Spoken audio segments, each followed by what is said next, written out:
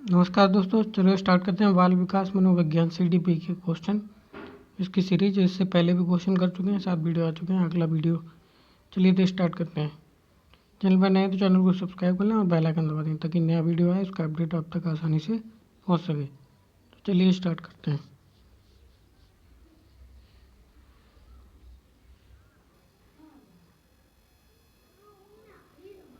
पहला क्वेश्चन, अध्यापन सामग्री का चयन मुख्यतः किसके द्वारा किया जाना चाहिए? ऑप्शन है अध्यापकों द्वारा, प्रधानाचार्य द्वारा, विक्रय प्रतिनिधि द्वारा, स्कूल परिषद द्वारा। सही आंसर क्या होगा? तो ऑप्शन नंबर ए हो जाएगा, अध्यापकों के द्वारा चुनी जानी चाहिए।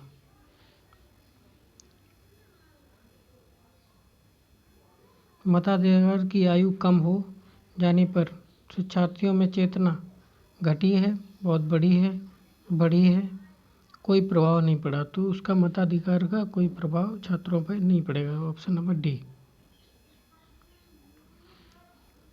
शिक्षा का माध्यम ऐसी भाषा होना चाहिए जो समृद्ध हो, जिस पर जनसाधारण का आधिपत्य हो, जो बाद में नौकरी के लिए उपयोगी हो, जिसमें अच्छा सादृश्य उपलब्ध हो।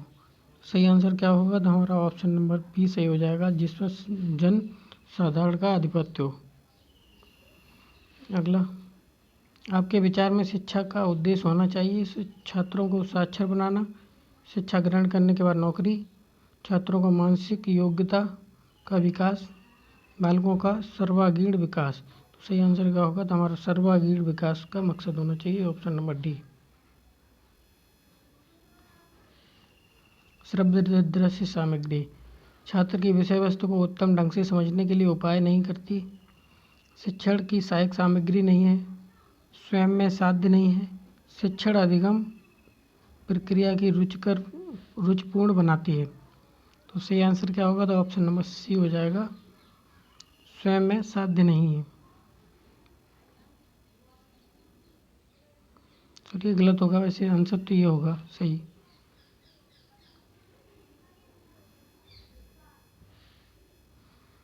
शिक्षा मनोविज्ञान का प्रमुख केंद्र बिंदु है तीव्र संवेगात्मक समस्याएं, कठिन अध्ययनों की पहचान करना, व्यवहार संबंधी छोटी छोटी समस्याएं, मस्तिष्क एवं अन्य व्यवहार संबंधी जैविक क्रियाओं से संबंधित। तो सही आंसर क्या होगा? तो ऑप्शन नंबर हमारा बी सही हो जाएगा, अधिगम की कठिनाइयों को पहचान करना और उनका उपचार करना। किसी सामाजिक परिस्थिति में क्या घटित होने वाली इस तथ्य की जानकारी होती है? सामाजिक संज्ञान, मानवीय संज्ञान, परिस्थिति विशेष संबंधी संज्ञान, अंतः प्रक्रिया संज्ञान। तो सही आंसर क्या होगा? तो हमारा ऑप्शन नंबर ए सही हो जाएगा, सामाजिक संज्ञान। समायोजन नहीं कर पाने का कारण होता है कुंठा, तनाव, उपयुक्त द्वंद्व और उपयुक्त सभी। तो सही आंसर क्या होगा? तो ऑप्शन नंबर डी हो जाएगा, उपरोक्त सभी उसके कारण है। व्यक्ति के मूल प्रवृत्ति से संबंधित रुचि कहलाती है अर्जित रुचि, शैक्षिक रुचि, जन्मजात रुचि और उपरोक्त सभी। तो सही आंसर क्या होगा? तो जन्मजात रुचि कहलाती है। निम्नलिखित में से कौन कौन बाह्य प्रेरक हैं? पुरस्कार, प्रशंसा, दंड, आरोप, सम्मान, उपरोक्त सभी। ये सारे ही बाह्य, ऑप्शन नंबर डी हो जाएगा, बाह्य प्रेरक हैं। जटिल बालक के लक्षण हैं वो परोपकार व सहयोग की भावना करना, माता पिता का मानसिक संतुलन, विशेष प्रकार की शारीरिक संरचना, सूक्ष्म चिंतन और रुचि रखना। सही आंसर क्या होगा? तो ऑप्शन नंबर सी सही हो जाएगा, विशेष प्रकार की शारीरिक रचना। व्यक्तित्व का कुसमायोजन प्रकट होता है आक्रमणकारी रूप में, झगड़ालू रूप में, पलायनवादी प्रवृत्तियों से, उपरोक्त सभी। सही आंसर क्या होगा? तो ऑप्शन नंबर डी सही हो जाएगा, उपरोक्त सभी। सारी है सही। समायोजन दूषित होता है कुंठा से, संघर्ष से, उपरोक्त दोनों से और धन से। तो सही आंसर क्या होगा? तो हमारा ऑप्शन नंबर सी सही हो जाएगा, दोनों से, कुंठा और संघर्ष दोनों से दूषित होता है समायोजन। व्यक्ति की वह दशा जो किसी निश्चित उद्देश्य पूर्ति के लिए निश्चित व्यवहार से प्रकट करती है। अधिगम, प्रेरक, आदत, स्वधारणा। तो ऑप्शन नंबर क्या होगा? तो अभिप्रेरणा।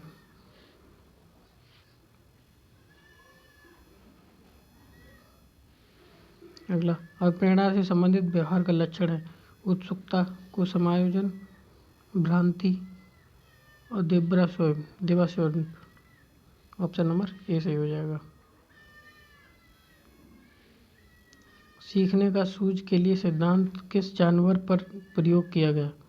बिल्ली पर, बंदर पर, चिंपैंजी पर और कुत्ते पर। तो सही आंसर क्या होगा? तो हमारा ऑप्शन नंबर सी सही हो जाएगा, चिंपैंजी पर किया गया है।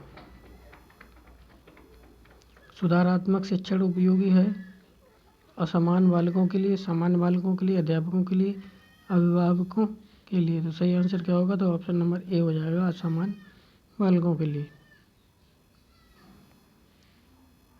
छात्रों को अपना अधिकतम विकास करने में सहायता देने के लिए परामर्श की आवश्यकता पड़ती है, समायोजन की आवश्यकता पड़ती है, निर्देशन की आवश्यकता पड़ती है, उपरोक्त में से कोई नहीं। तो सही आंसर क्या है? तो ऑप्शन नंबर ए सही हो जाएगा, परामर्श की आवश्यकता पड़ती है। अगला, व्यक्ति अपना संतुलन स्थापित करने में समर्थ होता है बाधाओं का समाधान के द्वारा, उद्देश्यों में परिवर्तन करके, विश्लेषण व निर्णय द्वारा, उपरोक्त में से कोई नहीं। सही आंसर क्या होगा? तो ऑप्शन नंबर सी हो जाएगा, विश्लेषण व निर्णय के द्वारा। अधिगम का मुख्य नियम है मनोवृत्ति, आत्मीकरण, प्रतिक्रिया, तत्परता। तो सही आंसर क्या है? तो अधिगम का तत्परता।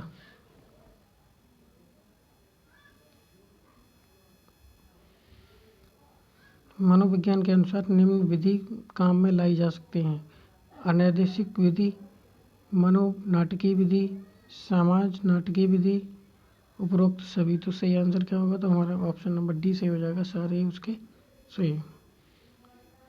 निम्न में से अधिगम की विधि है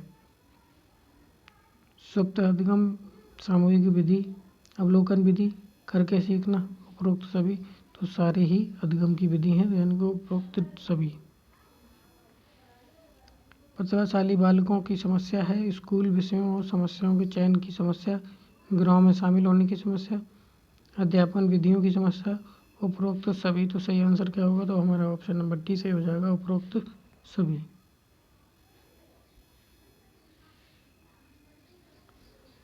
मंदबुद्धि बालकों की विशेषता नहीं है शारीरिक दोष,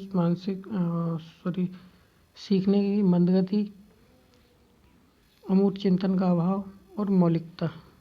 मंदबुद्धि बालकों में मौलिकता का कोई स्थान नहीं हो। प्रतिभाशाली बालकों की शिक्षण विधि है संपन्नीकरण, गतिवर्धन, विशिष्ट कक्षाएं, उपरोक्त सभी। तो सही आंसर क्या होगा? तो ऑप्शन नंबर डी सही हो जाएगा, उपरोक्त सभी। जटिल बालकों के दो प्रकार किस विद्वान द्वारा बताए गए? बर्ट द्वारा, स्किनर द्वारा, फ्राइड द्वारा, इनमें से कोई नहीं। तो सही आंसर क्या होगा? तो ऑप्शन नंबर ए सही हो जाएगा, बर्ट के द्वारा। शिक्षक के कार्यों का सही मूल्यांकन होता है अधिकारियों द्वारा, छात्रों द्वारा, प्रधानाचार्य द्वारा, अभिभावकों के द्वारा। तो सही आंसर क्या होगा? तो ऑप्शन नंबर बी होगा, उनका मूल्यांकन छात्रों के द्वारा होता है। शुभ अशुभ अवसरों पर दूसरों के घर जाकर आप समय के अनुसार कुछ कहेंगी, खामोश रहेंगी, अपनी बात कहेंगी, दूसरों की बात सुनेंगी। तो सही आंसर क्या हो? समय के अनुसार कुछ कहेंगी।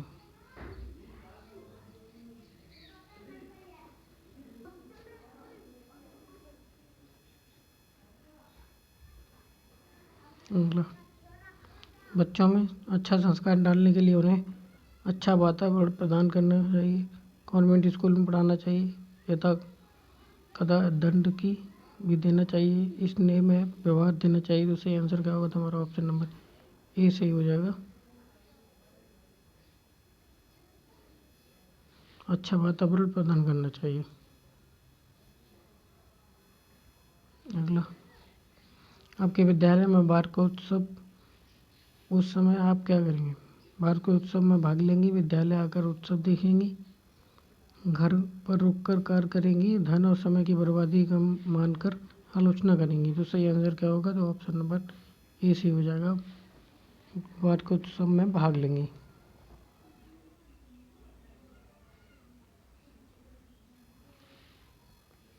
चलिए, इतने चैनल पे नए तो चैनल को सब्सक्राइब कर लें और बेल आइकन दबा दें ताकि नया वीडियो कैसा लगा उसके बारे में कमेंट और लाइक जरूर करें।